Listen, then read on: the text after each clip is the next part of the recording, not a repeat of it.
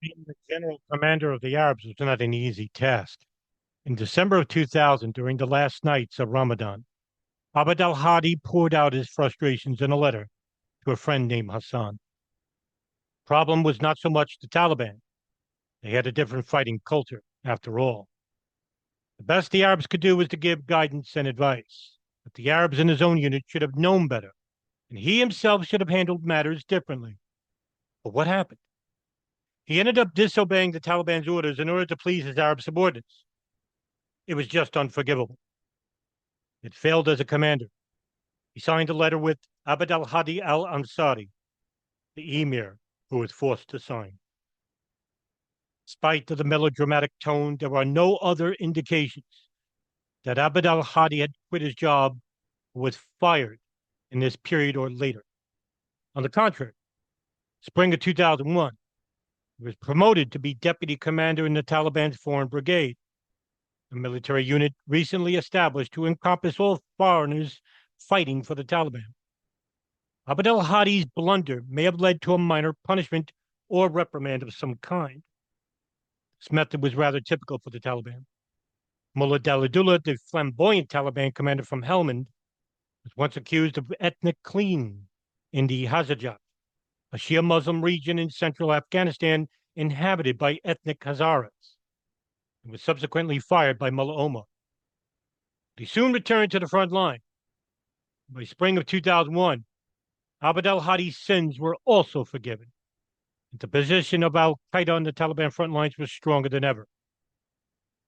It is widely acknowledged that Arabs participated in the Taliban's war against Massoud, but there is yet no coherent account of what they actually did at the front. Were the Arabs integrated with the Taliban, or did they fight in their own units? Was their participation merely symbolic? Did they manage to make a real difference in the war? The rest of this section aims to answer those questions.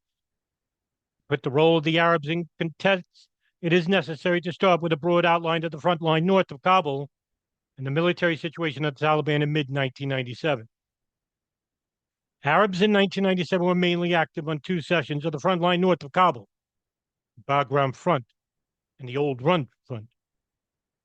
The Bagram Front refers to the mountainous area south and southeast of the well-fortified Bagram Airfield, the Old Road, the beginning of the traditional route from Kabul across the Salang Pass to northern Afghanistan. The Old Road stretches from Kabul across the Shamoa Plain and up to Jabal Siraj, some 90 kilometers further north. Jabal Siraj is a critical junction where the road branches west to Banyam, north to the Salang Pass, southeast to Sarobi, and northeast to the Panjshir Valley, the stronghold of Ahmad Shah Massoud. During most of the Taliban's reign, Massoud was in control of the Jabal Siraj. The old road front fluctuated between Gul Dahara Road in the south and the town of Charakar in the north. During a large summer campaign in mid-1999, Taliban were able to briefly conquer the Massoud-controlled towns of Charakar and Jabal Siraj. These successes were short-lived. Arabs at the old road front were initially stationed at a hilltop known as the Murad Beg, which is situated close to Kabul and compromised a second line of defense. In 1997, the actual front line was situated at Gul Dahara Road, some 5 kilometers to the north of Murad Beg. In 1999, the front line was pushed farther north to the outskirts of Charakar. Murad Beg was essentially turned into a training facility. Al-Qaeda built the first temporary training camp there in late 1999. In 2001, Al-Qaeda used Murad Beg as a supplement to the Al-Farouk camp in Kandahar. Both Bagram and Murad Beg, where Arabs were stationed in 1997, were strategically important positions for the Taliban. This suggests that from early on, Arabs were well integrated in the Taliban's war effort. However, they were not used to confront Massoud's forces directly. They mostly worked in a defensive and supporting role, manning heavy weapons and positions, working in logistics. The logistic roles of the Arabs is elaborated on a report from the front line written by Abd al-Hadi al-Iraqi in November of 1997. Quote, We very much need another car at the Bagram front. Because of the many trips we have to make with the black car, it is quickly wearing down. We have no other way to bring ammunition into Bagram. We have to make this trip every couple of days for water and whatever else the Taliban at the near of the front needs, end quote. Car issue was mentioned in several of the reports that were sent from the Kabul front to the al-Qaeda leadership in this period. The issue is even brought up in a meeting between the Arabs and Mullah Muhammad Rabbani, the highest representative of the Taliban in Kabul city. After the meeting, Abd al-Hadi reported to Abu Hafs, quote, I asked Rabbani for the paper, for the car, or for a car. He told me that he heard you sent us 2 cars. I denied this. I told him how the Sheikh Osama bin Laden sent us his personal car, which is now on the front lines. He said to me, and it appeared he did not believe what I said, that he would talk to you about this car situation, end quote. Preoccupation with cars on such a high organization level is rather peculiar, but it reflects the fact that the Taliban at the time was not a modern state. It's still very much a rebel-led government. In any case, it supports the interpretation that the Arabs in 1997-1998 had a logistical role rather than a combative role at the Taliban's fronts.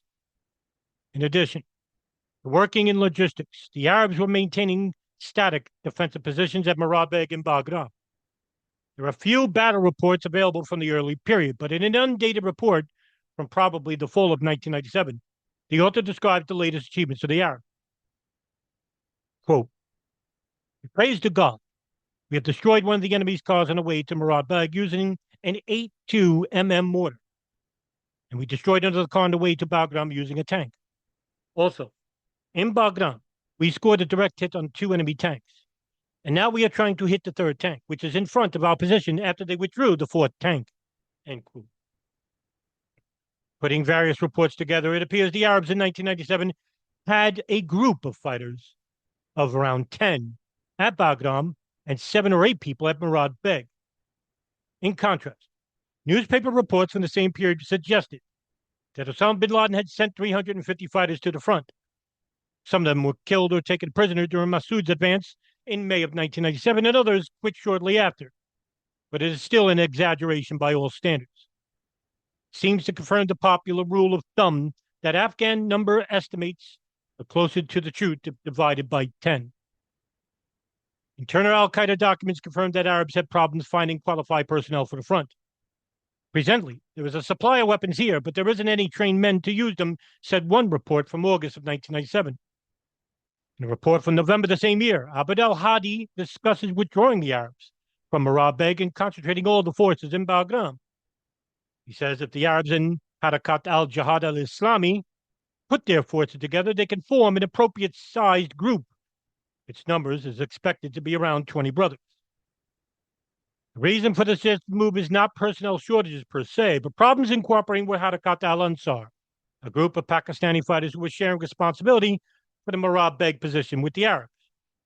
Abd al-Hadi's letter provides some insight into the rather petty day-to-day challenges of cooperating with other militant groups. Quote, for instance, they will ask, who is the leader? Who are only the Arabs' commanders? Why did they fire more than us? Why don't they give us an opportunity? These are the words spoken by some of the new members of Harakat al-Ansar, whom we didn't know before, end quote. In the same letter, Abd al-Hadi adds, it seems, an update to the matter. As you may know, there are now been a little improvement in the Harakat al-Ansar situation. We have reached some kind level of understanding. In the end, the Arabs did not move from Murad Beg and Bagram. Instead, the opposite happened. The Arabs in November of 1998 handed their positions at Bagram over to a local Taliban group in order to concentrate fully at Murad Beg. Reasons for the withdrawal are not clear, but Abd al-Hadi's report suggests it was a decision made by the Arabs themselves and rather regretfully.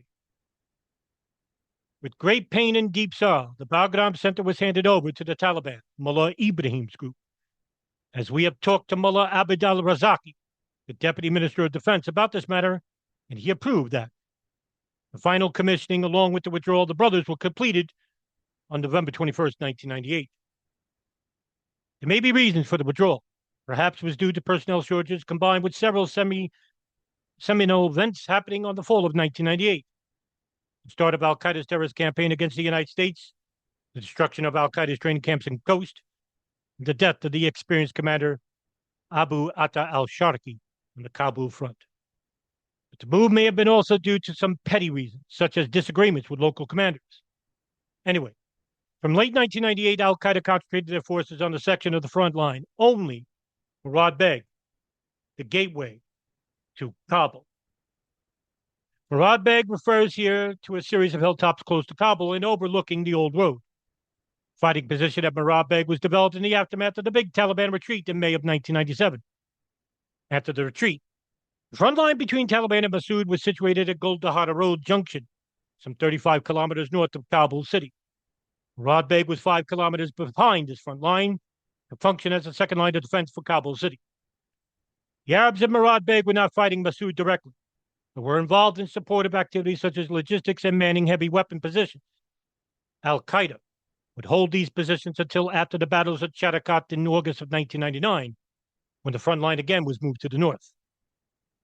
Al-Qaeda was not only the only group responsible for Murad Beg. They shared that responsibility with at least two other foreign groups, Harakat al-Ansar, which occupied the hilltop closest to the old road, and the Bengalis, which is likely a reference to Harakat al-Jihad al-Islami's Bangladesh branch. The Bengalis occupied some hills to the east of the Arabs.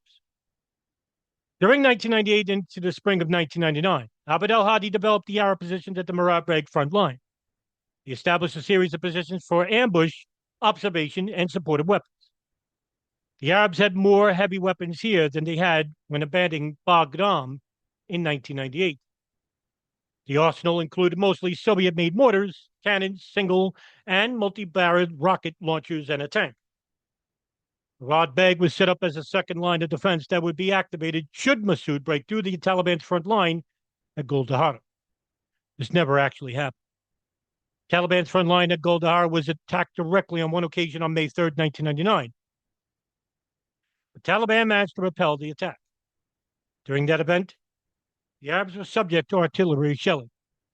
And according to the reports, some groups of enemy fighters who sought to infiltrate their positions.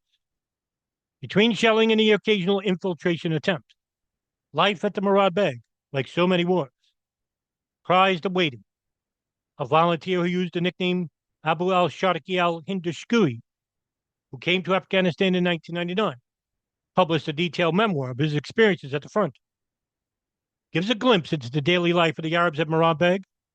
The location is referred to here as Jabal Sabir, or the Sabir Mountain.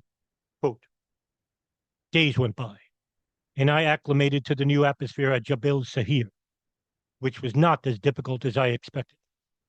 My relationship with all the brothers got stronger. In the daytime, we took Sharia lessons from one of the brothers who studied, or military lessons from Abd al-Hadi al-Iraqi, the overall commander. In the nighttime, we took turns doing guard duty, end quote. In August 1999, the Taliban carried out the Charakat offensive, a large offensive against Ahmad Shah Massoud, in which the Arabs participated. It was a big happening, according to Fadil Haroun, who worked for the al-Qaeda leadership in Kandahar at the time. He resented that he was not allowed to take part in the battle himself. Everyone was there, even Sheikh Osama. Bin Laden was probably not physically present at the front line, but according to Abd al-Hadi, he gave direct orders to the Arabs during the battle. The orders were transmitted to the fighters via radio, some Saif, from the man himself, Saif al-Adam. On August 2nd, Taliban captured Charakat and Bagram and pursued Massoud's forces all the way back into the Panjshir Valley. But the successes were short-lived. After a few days, Massoud counterattacked. Taliban withdrew to their previous front lines close to Kabul. Then, a few weeks later, Taliban attacked again and managed to move the old road front line to Qa'ida, close to Bagram Air Base. All in all, the Charakat offensive was a major victory for the Taliban. The Arabs, led by Abd al-Hadi al-Iraqi, played mostly a supportive role during the offensive. As a preparation for the attack, the Taliban started cleaning the minefields around Bagram Air Base. According to al-Hindushkui, a team of 5 Arabs was sent by Abd al-Hadi to take part in the mining cleaning operation. The Arabs likely had the necessary skills to do so, acquired from the Arab training camps in the late 1980s and early 1990s. Abd al-Hadi himself was said to have attended a combat engineer course caught in one of al-Qaeda's Jihad Wall camps back in 1992. In addition to the mine cleaning, the Arabs at Murad Beg seemed to have functioned as a backup force to the Taliban that stayed in the rear during the main offensive. Abd al-Hadi recalled, quote, after the Taliban arrived at Chattakar, Sadr Saib, Taliban commander in charge of the near line, made a request to me and Abdul Salam. He said, it would be better for you to, and all of you, to stay in Durasak and not to venture outside of it. You should form a reserve line, end quote. At that time, some of the Arabs had already gone to Chattakar to be closer to the front line. It is not clear who the Arabs were, but Abd al-Hadi described them as a group that previously split off from the Arabs at Murad Beg. At this time in 1999, various Arab militant groups were establishing themselves in Afghanistan. Many of them, such as Abu Musab al-Shuri's group, preferred to work independently with the Taliban rather than being under al-Qaeda command. During the Chattakar offensive, fissures became apparent when Abd al-Hadi's group. Not all Arabs were happy in the role assigned to them by the Taliban. They did not want to form a reserve line at Durasak. They wanted to go to the front and combat Massoud's forces directly. As one of the Arabs told Abd al-Hadi, quote, enough is enough. I want to go to the front. The Taliban are in Jabal Siraj and our brothers are in Chattakar. I wish to go to the front and stay there. I am sorry, but I will not go back one step. And this is my resignation, end quote. Abd al-Hadi could understand their sentiments, but he was committed to following the orders of the Taliban. The discipline in his ranks was falling apart. Even his deputy commander, Abd al-Salim al-Hadrani, suggested to Abd al-Hadi that they should just disobey the Taliban and go to the front. When not even his own deputy was on his side, what could Abd al-Hadi do? In the end, he decided that they should all go to Chattakar instead of forming a reserve line. The Arabs never made it to Chattakar. At that point, Massoud counterattacked and routed the Taliban forces from Chattakar all the way back to the old front line. These events were the backdrop to Abd al-Hadi's sentimental letter to his friend Hassan in December of 2000, which Abd al-Hadi signed with the emir, who was forced to resign. In the grand scheme of things, the event was likely a minor one of the many bickerings over authority and leadership that had existed since the start of the Afghan Arab movement in the 1980s. These bickerings were sparkled with the cultural prejudice that existed among the different Arab nations. Abd al-Hadi found it rather typical that his personal conflicts in 1999 had included Gulf Arabs, for he lamented, quote, how could an Iraqi give orders to the honorable men from Hijaz and the wise men from the country of wisdom, Yemen? This is a joke, yet it is a heavy one, end quote. Both Abd al-Hadi and Abd al-Salam continued to serve in leading positions on the Taliban's front lines after 1999. From now on, Arabs expanded their military footprint in Afghanistan, which culminated in the establishment of a foreign brigade under the Taliban's Department of Defense in the spring of 2001. Foreign brigade was not an all-Arab unit, but was meant to encompass all foreign fighters in Afghanistan, including Pakistani and Uzbek groups. Parallel to this development, al-Qaeda started using the Taliban front line more systematically to train and test cadre for their own organization.